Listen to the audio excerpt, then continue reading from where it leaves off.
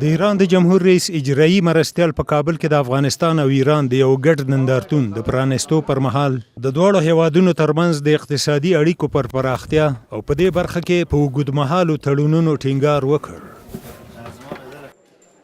محمد شریعت مداري وویل کابل او تهران باید هڅې وکړي چې یو تر بله اقتصادي او سوداګریزې اړیکې پراخې کړي څو د دواړو هیوادونو سوداګرو او پانګوالو ته د لا فعالیت زمینې برابرې شي.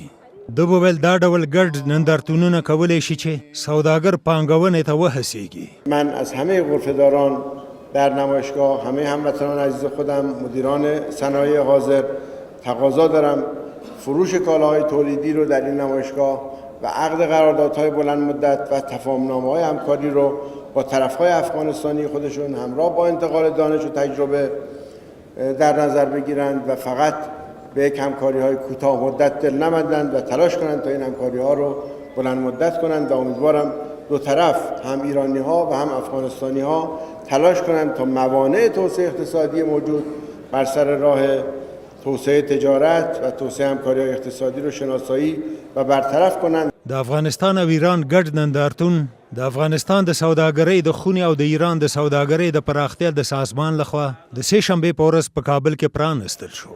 په دې نندارتون کې د افغانستان او ایران شاوخوا 100 شرکتونو برخه اخیستې ده. په یاد نندارتون کې 4 غرفې ایرانی محصولاتو او 14 افغاني ته ځانګړې شوې دي. د مسؤلینو د معلوماتو له مخې په پام کې ده چې د روان لمریز کال د هود په 9 ورته نندارتون د ایران د مشهد په ښار کې هم جوړ شي. د افغانستان او ایران په 4 ورځني ګډ نندارتون کې مختلف روغتیايي لوازم، برېښنایي سامانونه، د ساختماني چارو وسایل، ډول ډول ماشینونه، خوراکي مواد او کورني او د سنگار لوازم نندارې ته وړاندې شوي دي.